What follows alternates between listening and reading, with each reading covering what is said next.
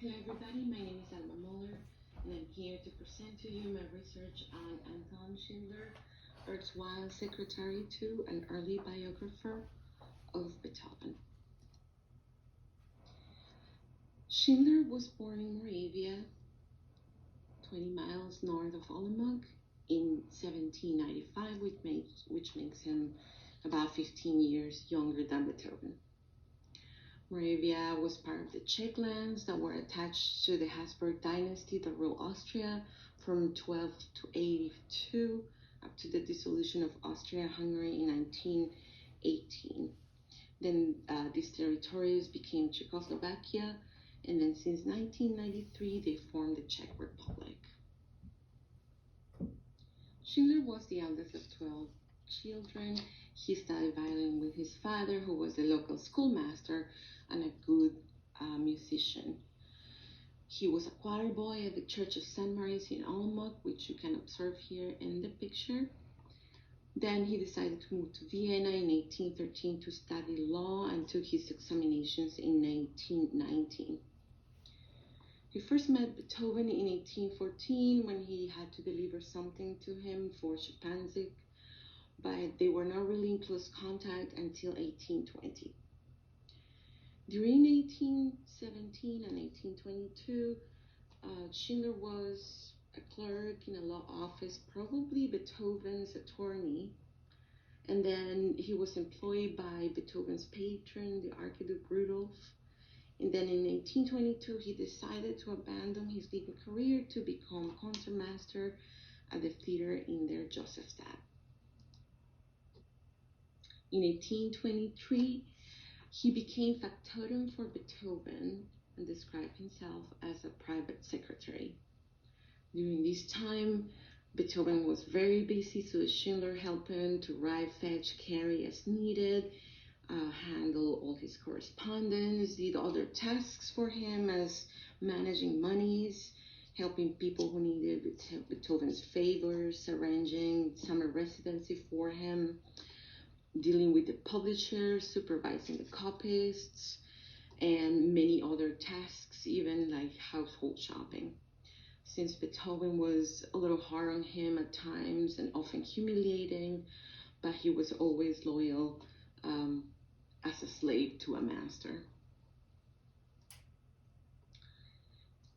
In 1824, when the Ninth Symphony concert happened, and then part of the Missa Solemnis was presented as well. This was a very successful music event, but financially it was a failure. Then Beethoven accused Schindler of cheating on the receipts, and they broke up for about 2 years. So they didn't talk or were in contact. But then in 1826, when Beethoven was very sick, he again helped Beethoven with his affairs and remained close to him until his death, helped organize his funeral. And then after Beethoven was dead, he appropriated many things in his apartment, including all the conversation books and manuscripts, sketchbooks, and many personal items.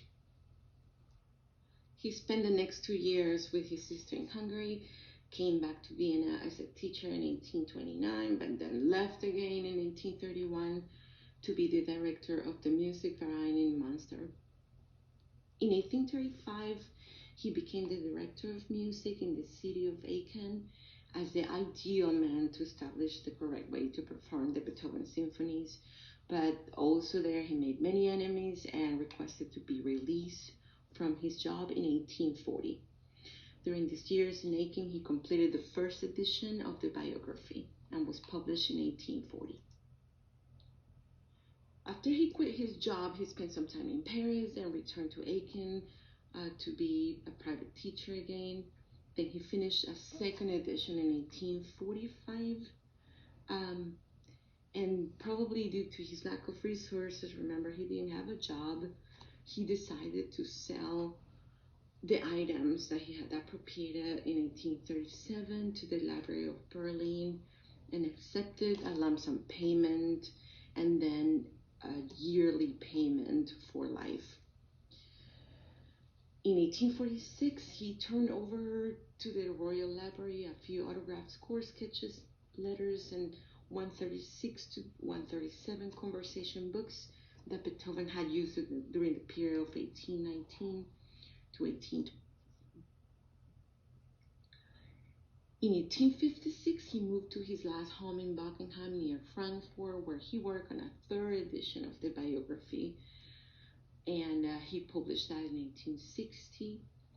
Then he died in 1864, probably due to pneumonia. Schindler's third edition of Beethoven's biography has been translated to English, and if you want to buy it nowadays, this is the cover page of that book. The book is organized in three parts of his life: birth to 1800, 1800 to 1814, and 1814 to his death. Then he goes on with additional sections on his personality, his individual characteristics and anecdotes, and some supplements where he talks about many different things like the existing personal effects of Beethoven. I would like to bring to you a few paragraphs of the book he wrote. These are his first words in the foreword to the third edition. A new edition. It is generally said that the second editions are the joy of the publisher and the pride of the author. The frequently described emotion of a writer so disgusted at the thought of his own completed work that for a time he does not want to see it or hear about it has come over me with a sharpness that almost completely annihilates any pleasure I might feel at finishing my task. Then another part I wanted to bring to you in the third period, which is the last from 1814 to death. In order to clarify what happened between these two friends, it is necessary to explain a previous incident. In 1812, Mazel had promised the composer that he would make him devices that would enable him to hear better. Hoping to spur him on, Beethoven composed a piece called the Battle Symphony for the harmonicon that Mazel had just invented. The effect of this piece was so unexpected that the mechanic, Mazel, urged Beethoven to orchestrate it. The composer, who had long entertained the idea of writing a lone battle symphony, took his friend's advice and went to work immediately. Eventually, 4 hearing devices were produced, but only one of them, the smallest and simplest, was found to be useful.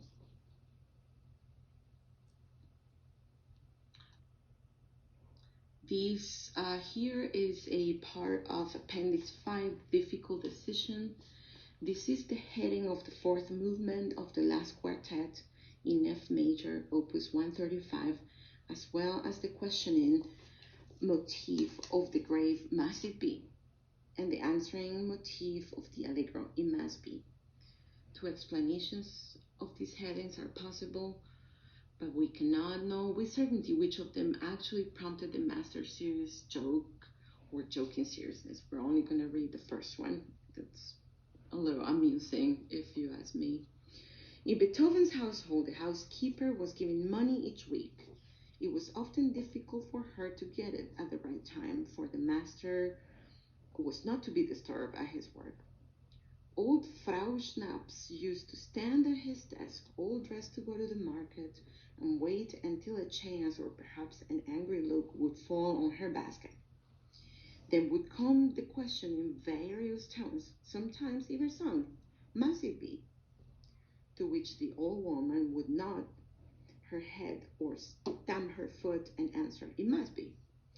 This joke was repeated almost every Saturday, and when the housekeeper had to prove with a calendar that it was payday, the master was always amused in a way that only the sight by a faithful old servant could amuse him. The last part I want to bring to you is actually his statement on the effects he appropriated. This is the last supplement, supplement P, existing personal effects of Beethoven. Articles that great men have used constantly in their daily life, daily affairs, such as garments, household utensils, and similar things which were once part of their lives, have always been cherished and honored as valuable mementos. Unfortunately, most of these objects were lost during his lifetime, as we have already said elsewhere. Among the effects preserved by this writer, there are pendulum clock, copy of Beethoven's hand of the inscription from the temple of the goddess Neith in Egypt, a small landscape, brass candlestick with a shade, 2 bronze Cossacks, a little table bell, large pair of paper scissors, 2 seals with Beethoven's initials, 2 pairs of spectacles, a monocle, a statuette, a steel quill and a goose quill in a black case, a razor, a walking stick of bamboo. I don't see here the conversation books though. Then he says, I'm still undecided about the eventual resting place of this small yet interesting Beethoven collection. At any rate, it should not and will not be separated from the considerable number of existing written effects, autographs, and documents, as well as books and musical scores that have already been mentioned. But he did sell the things, as we have discussed already. So his biography has been very criticized. As we have observed, Schindler was in regular contact with Beethoven during the 1820s, and for the rest of Beethoven's life, Schindler was dependent on Beethoven's shaky memory and his not very thorough research.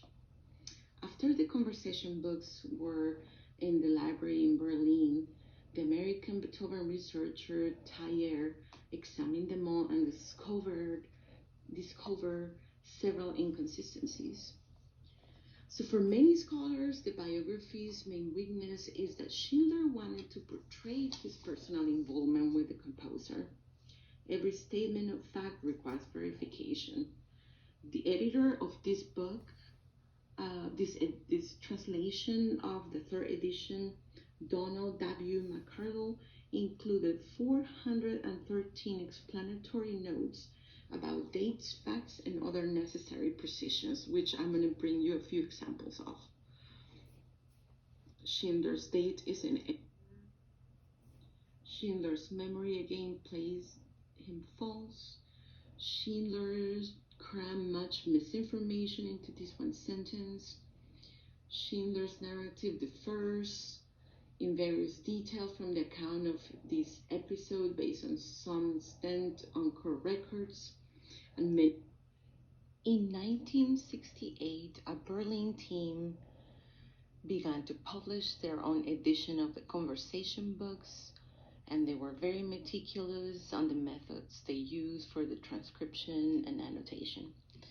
However, in 1977, they discovered that many of Anton Schindler's entries in the conversation books had apparently been made only after Beethoven's death, often in pages that had initially been left blank or partially filled. The forged entries were published separately in 1979. Schindler forged about 240 entries in the conversation books and misstated unaccounted pieces of information in his revised biography. Here you can observe one example of an entry forged by Schindler.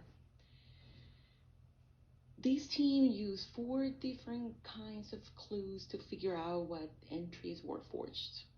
Spelling changes that did not come into fashion when Beethoven was alive, entries that were crowded or out of place, differences in appearance like the text and the color of the ink, and then slip-ups in chronology. According to the German scholar Goldsmith, Schindler revised the annotations to make them clearer and perhaps also to incorporate some of his own extensions of Beethoven's ideas. Schindler probably started to annotate them to what Beethoven said or what Schindler wished he had said. Schindler didn't have the ultimate respect for the document as a historical entity. However, we gotta look at was he a professional biographer, or were the modern biography parameters already established by the time he wrote this biography? We can say yes, there was an example of probably the first modern biography written by James Boswell on the life of Samuel Johnson. He only knew him for 2 years, but he succeeded in the biography without inventing anything. I want to finish with this sentence from Kayer's book, but possibly even more distressing is the fact that all of the events reported by Schindler in his biography are now enveloped in a shroud of uncertainty and are the subject of endless and futile debate between believers and non-believers. Thank you very much for your attention. This is my list of sources.